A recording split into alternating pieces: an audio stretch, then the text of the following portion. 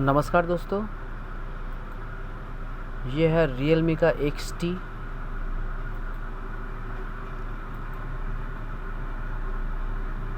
दोस्तों इसमें जो प्रॉब्लम है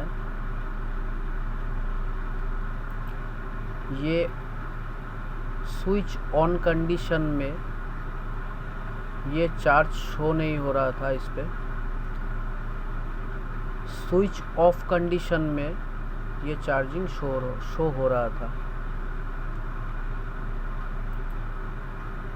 और जब हम इसको चार्ज पे बिठा रहे थे तो इसका मदरबोर्ड बहुत ही हीट हो रहा था, बहुत ज़्यादा हीट हो रहा था।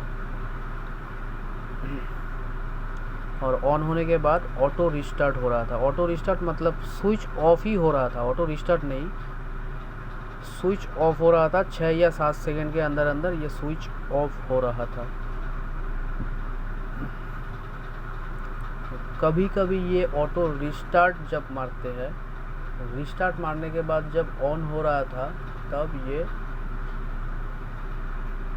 डायरेक्ट हार्ड रीसेट मोड पे आ रहा था।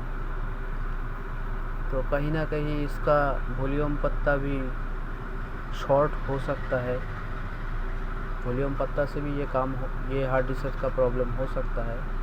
तो इसका जो मेन प्रॉब्लम था ये यही था।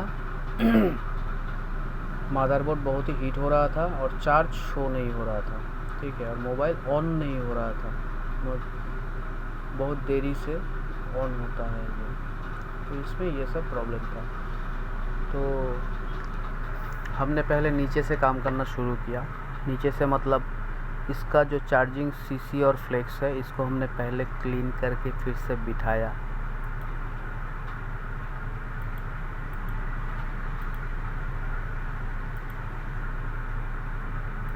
क्लीन करके जब बिठाया तो फिर भी काम नहीं बना, ठीक है। स्विच ऑफ करके जब बिठाए चार्ज पे तब शो हो रहा था, लेकिन स्विच ऑन कंडीशन में ये चार्ज शो नहीं हो रहा था। और इसका मदरबोर्ड भी बहुत ज़्यादा हीट हो रहा था, बहुत ही ज़्यादा हीट हो रहा था। और ऑन करने के बाद 5-6 सेकंड के अंदर अंदर ये स्विच ऑफ हो जाता है।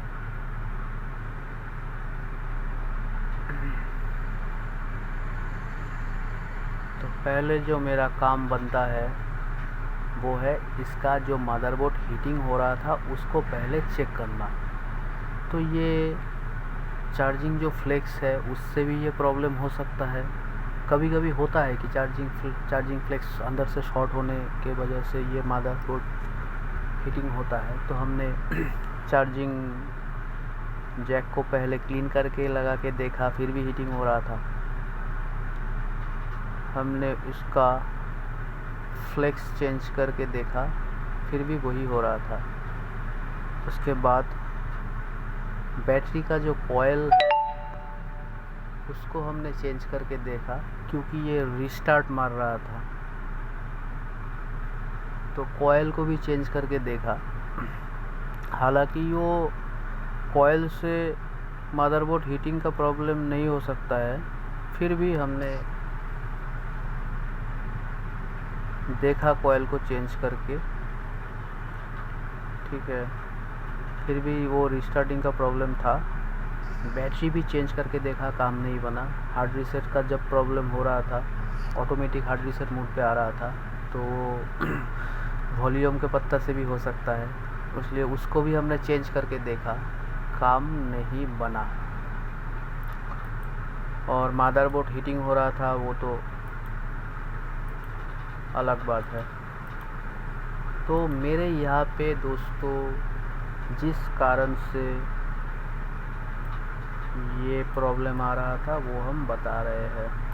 तो इसका बैटरी वूटरी हमने सब चेंज करके देख लिया, सब कुछ चेंज करके देख लिया। बैटरी का वोल्टेज वगैरह जितना भी है 3.7 से 4.2 जितना भी है वोल्टेज वगैरह सब हमने चेक करके देख लिया, कोई भी इशू नहीं था, सब ठीक था। दोस्तों इसमें जो प्रॉब्लम था ये मदरबोर्ड से ही प्रॉब्लम था। ये मदरबोर्ड का ही प्रॉब्लम था, ठीक है। मदरबोर्ड हीटिंग जो प्रॉब्लम हो रहा था चार्ज पे बिठाने, मतलब ऑन जब हो रहा था तब भी हीटिंग हो रहा था, चार्ज पे बिठाने से भी हीटिंग हो रहा था, ठीक है। इसका जो मेन प्रॉब्लम आया था, इसका जो OBP IC है ये जला हुआ था, ठीक है। हम पहले ही काम कर चुके हैं इसका, ठीक है, पहले ही हम इसका काम कर चुके हैं। काम करने के बाद ये वीडियो बनाया है, ठीक है। क्योंकि देखिए दोस्तों, पैसा पहले, ठीक है। काम करने के टाइम पे अगर कुछ भूल चूक हो जाता है तो कस्टमर पैसा नहीं देगा, ठीक है। और वीडियो बनाता है इसके लिए तो हम पैसा तो नहीं मिलता है हमको, फिर भी बनाता है, किसी भाई का अगर हेल्प हो जाए, ठीक है। तो पहले काम जब हम करते हैं तो पैसे के लिए करते हैं, तो